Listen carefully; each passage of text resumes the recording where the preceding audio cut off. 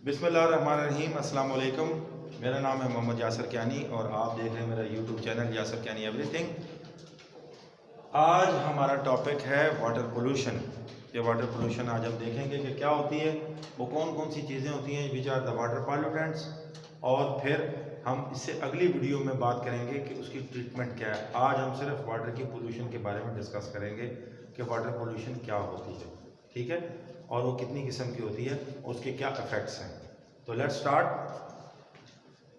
Water की जो contamination होती है किसी ऐसे सब्सटेंस से जो एडवर्स इफेक्ट रखता हो प्लांट लाइफ पे, एनिमल लाइफ पे, ह्यूमंस पे, वो चीज़ पॉल्यूटेंट कहलाएगी। और ऐसा वाटर जिसके अंदर पॉल्यूटेंट मिक्सअप हो गया उसे हम वाटर पोल्यूटेड वाटर कहेंगे, ठीक है, और इस फिनोमेना को वाटर का पोल्यूशन कहेंगे। That's called as water pollution, ठीक है।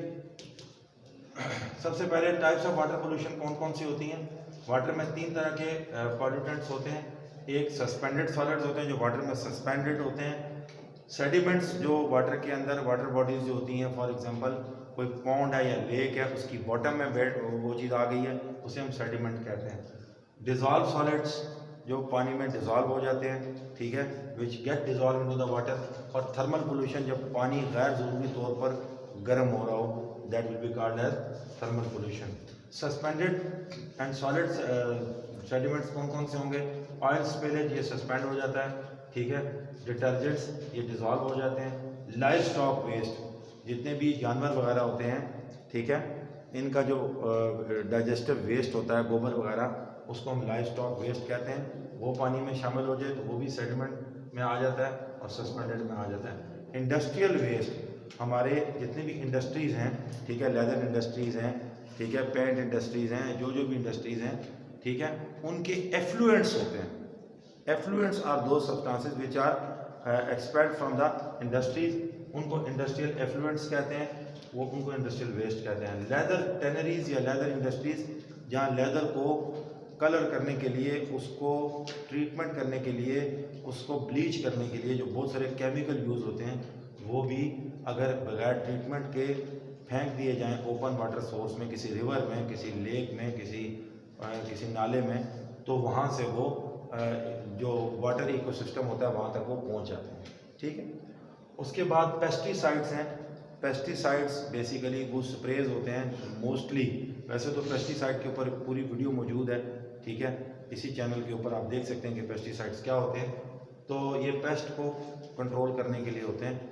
तो ये भी most of the time organic compound होते हैं और ये वाटर में डिजॉल्व नहीं होते। रेन वाटर से होते हुए ये फसलों के ऊपर जो एक्स्ट्रा स्प्रे होता है जब बारिश होती है तो वो स्प्रे पानी में शामिल हो जाता है और पानी से होता हुआ ये दरियाओं समुद्रों तक पहुंचता है और लाइफ को नुकसान पहुंचाता है।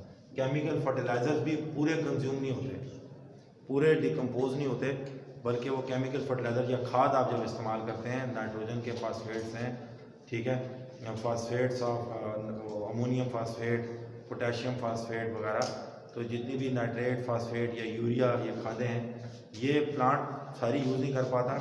तो अगर बारिश हो जाए तो ये उसमें मिक्सअप हो जाती है पानी में और फिर आगे आप देखेंगे कि इनका क्या इफेक्ट कॉज होता है, ठीक है।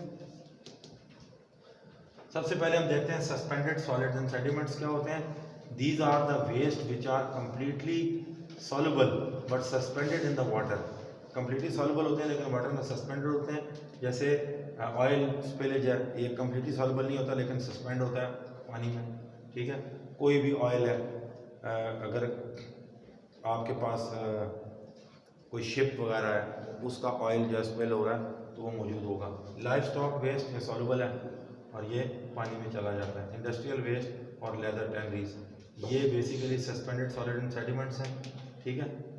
ऑयल स्पिलेज बुनियादी तौर पर पेट्रोलियम, आपको पता है कि is a mixture of complex organic compound, बहुत सारे ऑर्गेनिक कंपाउंड का मिक्सचर है, ठीक है, और इसमें fuel, lubricants, plastic, electrical appliances में यूज़ होता है, सिंथेटिक रबर में, ठीक है, और मैन्युफैक्चरिंग ऑफ पेट्रोकेमिकल्स, पेट्रोलियम से हासिल होने वाले केमिकल्स को, the chemicals obtain from the petroleum are called as petrochemicals, ठीक है। तो वो पेट्रोकेमिकल्स भी जो है वो स्पिलेज अगर हो जाएं तो वो सस्पेंड हो जाते हैं वाटर के ऊपर और मैरीन लाइफ को इफेक्ट करते हैं, ठीक है। Pollution of water by petroleum, अब सबसे पहले water gets polluted by accidental oil spills. ये देखें शिप, बहुत सारे कार्गो शिप्स होते हैं जो ऑयल को ट्रांसपोर्ट करते हैं, उनके साथ अगर कोई हादसा हो जाए तो बड़े पैमाने पर, क्योंकि इनमें कई हज़ार कई लाख लीटर पेट्रोलियम होता है, रॉ पेट्रोलियम होता है, पेट्रोलियम की प्रोडक्ट हो सकती है, ठीक है, तो वो फिर समुंदर में एक बड़े इलाके में कई किलोमीटर के इलाके में वो फैल जाता है, उससे बहुत सारा नुकसान होता है, ठीक है। जो एनिमल्स हैं, ठीक है, जो ओशियन के अंदर एक्वेटिक वाटर सिस्टम में रहते हैं वो सारे के सारे इफ़ेक्ट होते हैं, बर्ड्स जो हैं वो इफ़ेक्ट होते हैं, ठीक है, क्योंकि ये पॉइजनस कंपाउंड्स होते हैं पेट्रोलियम के अंदर, ठीक है।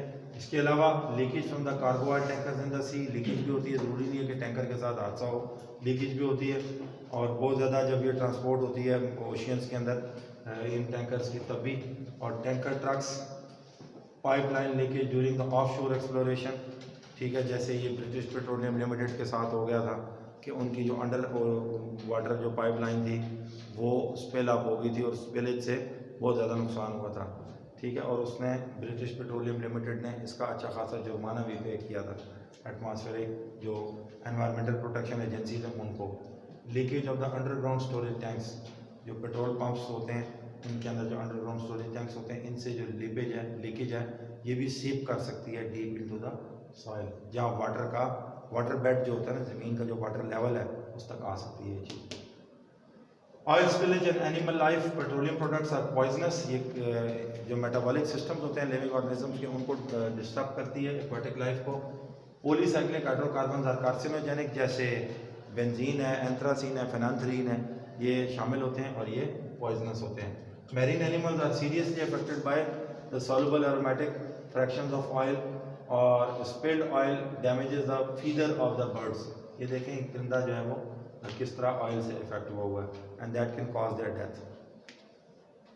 Petroleum and under water plants, oil जब स्पिल अप हो जाता है, ऑयल स्पिल्स हो जाते हैं तो वो लाइट की जो ट्रांसपेरेंसी है, लाइट की जो पेनिट्रेशन है डीप इनटू द वाटर, उसको इफेक्ट करती है, और उस इफेक्ट से नीचे जो फोटोसिंथेटिक प्लांट होते हैं उन तक जब प्रॉपर लाइट नहीं पहुंचती तो वो फोटोसिंथेसिस नहीं कर पाते, इससे पानी का जो ऑक्सीजन लेवल है वो बढ़ जाता है। अब मैं आपको बताता हूँ कि पानी के अंदर पोल्यूशन के पैरामीटर्स कौन से हैं। इसमें दो चीज़ें होती हैं, एक केमिकल ऑक्सीजन डिमांड होती है और एक बायोलॉजिकल ऑक्सीजन डिमांड होती है। पानी के अंदर जब डिज़ोल्व ऑक्सीजन कम होती है तो उसकी केमिकल ऑक्सीजन डिमांड बढ़ जाती है। पानी के अंदर किसी चीज़ को ऑक्सीडाइज करने के लिए जो अमाउंट ऑफ ऑक्सीजन रिक्वायर्ड होती है that is known as the chemical oxygen demand. और बॉडीली ऑक्सीजन डिमांड जो होती है वो लिविंग ऑर्गेनिज्म जितने रह रहे होते हैं उनके लिए जो रिक्वायर्ड ऑक्सीजन होती है पानी में उसको BOD कहते हैं। COD और BOD जब ये बहुत ज़्यादा हाई हो जाती हैं तो जिस पानी के अंदर डिज़ोल्व ऑक्सीजन कम हो उसमें स्मेल पैदा हो जाती है, फॉल स्मेल आती है, उससे उस पानी का कलर चेंज हो जाता है। स्टॉप।